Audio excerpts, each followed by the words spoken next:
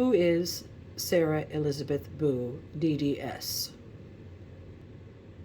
The investigation tells us that she is the dentist who Kirk called on the 14th to cancel his appointment for a crown prep, and she prescribed him 10 Tylenol 3 with codeine and some amoxicillin or some kind of antibiotic. Nothing more is really said about her during the investigation, but we're going to talk about the truth today because that's what we do here. According to the information I looked up, Sarah Boo, the 4717 Highway 61 in St. Paul, Minnesota, 4717. However, when you look up the building, you can see that the address comes up as 4916, which is just another version of 1914.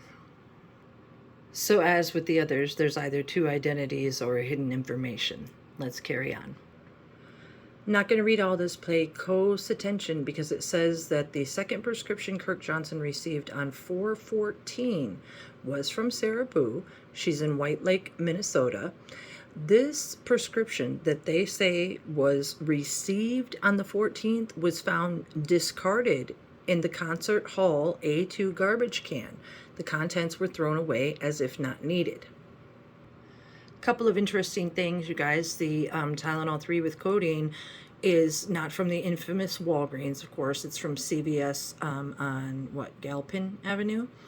And notice that it's to Kirk Johnson, not Kirk Anthony Johnson, okay? Another thing they do is they hide the phone number as well as the date that this prescription is written. The reason why the date is exceptionally relevant is because the investigators, according to the DEA, found a CVS prescription pill container that contained 10 white round pills with TV 150 stamped on one side and 3 stamped on the other. Investigators identified the pills as codeine, Tylenol with codeine, of course. That's what Dr. Boo wrote. I had the 10 pills, and the prescriber was, of course, they have that information blacked out. But the point is, they say that the date was on 4/19/16, not 4/14, as the investigation and media alleges. So there's that. What's even more interesting is Carver County number 113 here says that those pills that were prescribed by Sarah Boo, found in the garbage filled at CVS, only one of the 10 pills tested showed codeine. Only one of the 10 pills. Interesting, right? So where are they getting their pills and from what pharmacy? Makes you wonder. Now, Dr. Schulenberg testified that when he saw this prince on the 20th, he said that he was taking Tylenol. And Dr. Schulenberg said, "Are there any other ingredients in the Tylenol?" And he believed that he said no or did not know. So my question to you was, why would Dr. Schulenberg ask if there were any other ingredients in the Tylenol? Is that because they were all privy to the information that these pills that were being prescribed and given to Kirk, only one of them being tested contained the codeine? So, yeah. So the investigation tells us that Dr. Boo wrote for the prescription on the 14th only. Now we know that she wrote on the 14th and the 19th, and the prescription was filled at CVS. Now, under interview, Dr. Boo initially, she said, "Do you want to talk about the elevator incident with Prince?" and asked if she needed an attorney. When the officer told her he couldn't give her legal advice, she decided to just tell the story on her own. According to Dr. Boo, she said that Kirk Johnson called her the morning of April 14th about a crown prep. She had scheduled later that afternoon, but she didn't start work until 2 p.m. This was the same time Kirk Johnson was flying out to the Atlanta concert, departing at 2:32 p.m. So that's noteworthy. Dr. Boo said that Kirk said his tooth was bothering him, that he was going to Atlanta for a show, and he wasn't able to make the appointment. So according to Dr. Boo, she gave Kirk a prescription for those 10 Tylenol 3 and clindamycin, which is standard procedure. But again, this testimony is only according to about the 14th, not the 19th. That's how shady it is. Now, also, Dr. Boo told Officer Lombardi that she was a practicing clinician and that she only knew what she had read. Dr. Boo said, "You don't just go to fentanyl overnight." Dr. Boo said Kirk Johnson had called her on Monday after the emergency plane landing believing it to be Monday the 18th, and he told her about the plane story and that Kirk had located some pills in Prince's black bag and a Bayer bottle and suspected there was a drug problem. Dr. Boo said Kirk said if he found a bunch of pills and had to land a plane, that he had a Class A drug addict on his hands. So at first she said that she only knew what she read, you guys, but then she said that Kirk called her, believing it to be the 18th. So which story is it, Dr. Boo? Now here, in this other part of the testimony, she goes on to say that it wasn't her dream to deal with celebrity status, drug addictions, and Dr. Boo said that she had spoken with Kirk again on Tuesday the 19th, and he had gotten an appointment for Prince with his doctor, and that Prince had agreed to see his doctor and take a blood test. You guys, this is what I'm talking about with the shady wording on these files. At first she said she spoke with him on the 18th, and in this other part she said she spoke with him on the 19th, and of course that's when the CVS prescriptions were written. And she's testifying to the fact that Kirk said that Prince had gotten an appointment with his doctor, and they're saying that that was Schulenberg, and agreed to get a blood test. So there is contact between the 18th and 19th, which is extremely important because that's when Larry Graham, Kirk Johnson, Hannah and Josh Welton all tell different stories, Kim Pratt, about what happened between the 18th and the 19th. That is also when the other concerts, secret concerts, were canceled, the 18th through the 22nd. So that's why those dates are extremely relevant, because it was more contact than what the media is letting on. Now, Lombardi went on to ask Boo how many times she called Kirk Johnson on the 14th, and she believes she called once. They asked how many times he called her, and she said once or twice. When asked if Prince was ever a patient of hers, she said no. Officer Lombardi asked Dr. Boo why she called Kirk Johnson around midnight, the night of the emergency plane landing, hours after she gave that prescription for Tylenol codeine. Dr. Boo said she had a feeling this would come, stating that she had read in the paper that Prince's plane had landed in Moline, and she sent a text to Kirk Johnson, hoping that it wasn't his toothache that made the plane land. So again, she's pretending that she doesn't have contact by saying that she read in the paper, and that she didn't have these behind-the-scenes knowledge of talking to Kirk on the 18th and 19th, which she just said that she did. So either there's two identities, which most people seem to have in the investigation, or this is just, how silly it is. They don't know what they're putting together. There's so many lies. That's what happens when you lie. It just twists and turns, and you have to tell another lie to cover another lie. Never works out for the liar. Never. Now, I could show you Kirk's entire call log for the 14th, but that would take entirely too much time, and I've made that available previously. However, for those that have not seen it, you can see that at 12:46, there is an outgoing call, fourth one down. These are Kirk Johnson's records, and at 12:46, he makes a 12-minute and 41-second outgoing voice message to Dr. Boo, okay? The next time we hear from her, she's leaving that's 1:10, she's leaving an incoming voicemail, okay? Also, I want to mention, you guys, that the detectives asked her why she called around midnight. That's relevant because you'll notice that at 13:10 she called.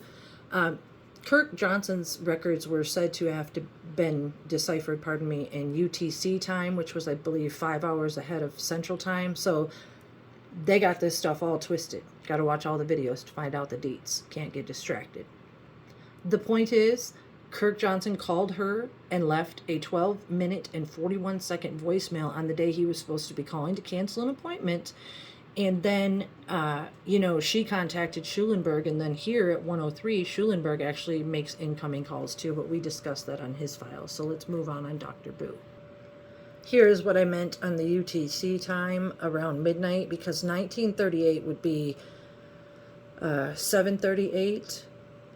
And then if you subtracted 5 hours from that, it would actually be 2:38 p.m., where she's making these incoming calls, which is around the same time they're supposed to be getting on the plane. So there's a bunch of whack stuff going on, you guys.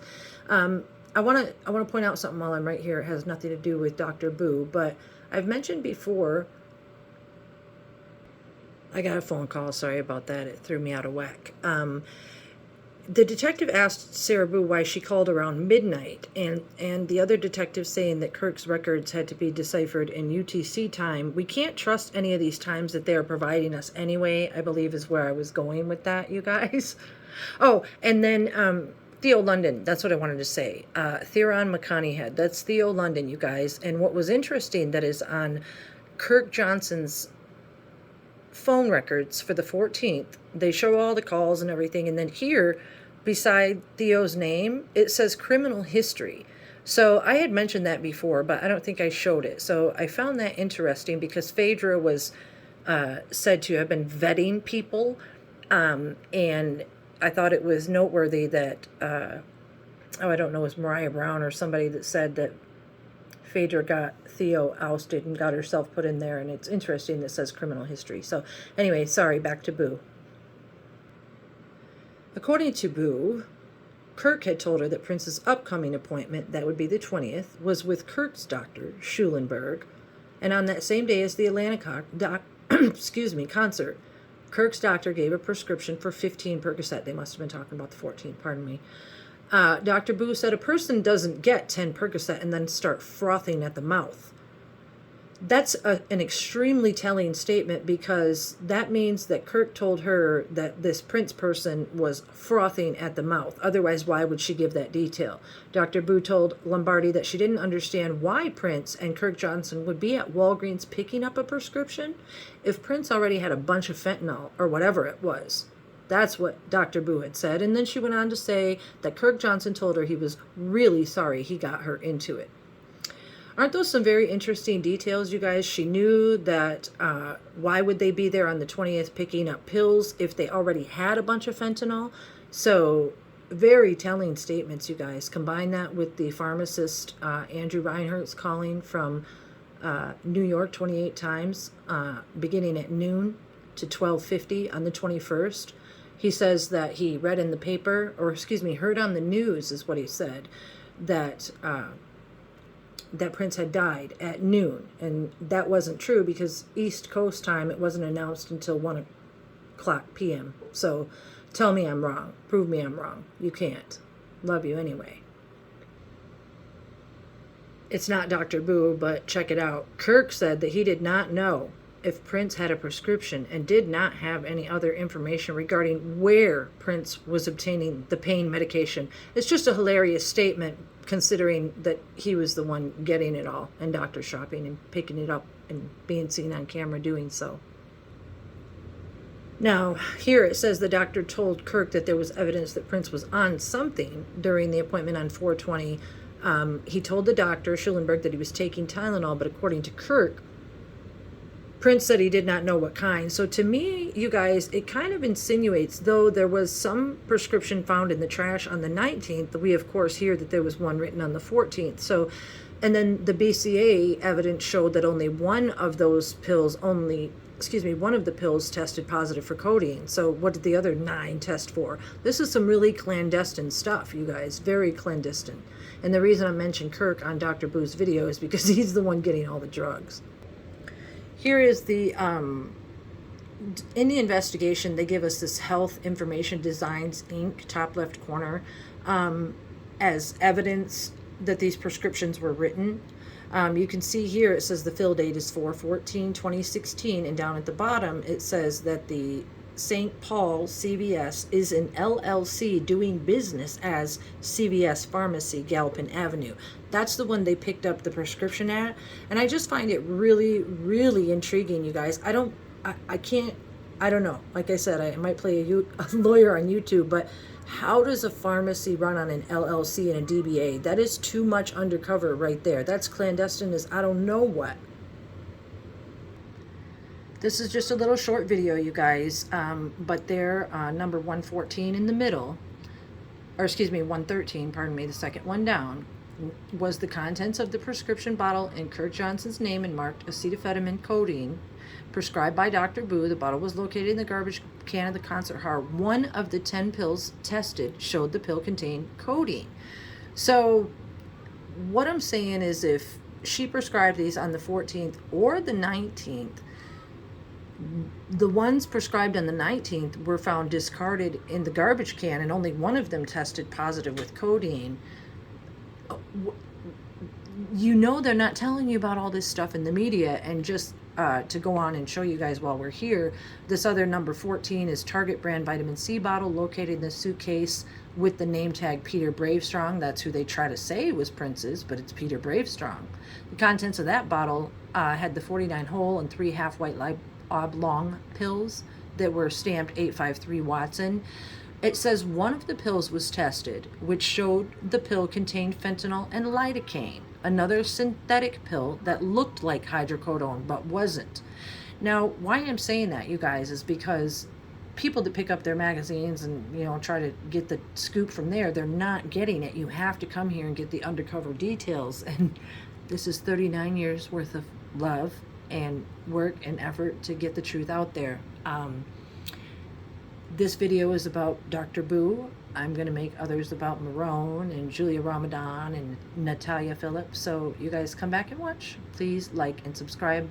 Love you bunches.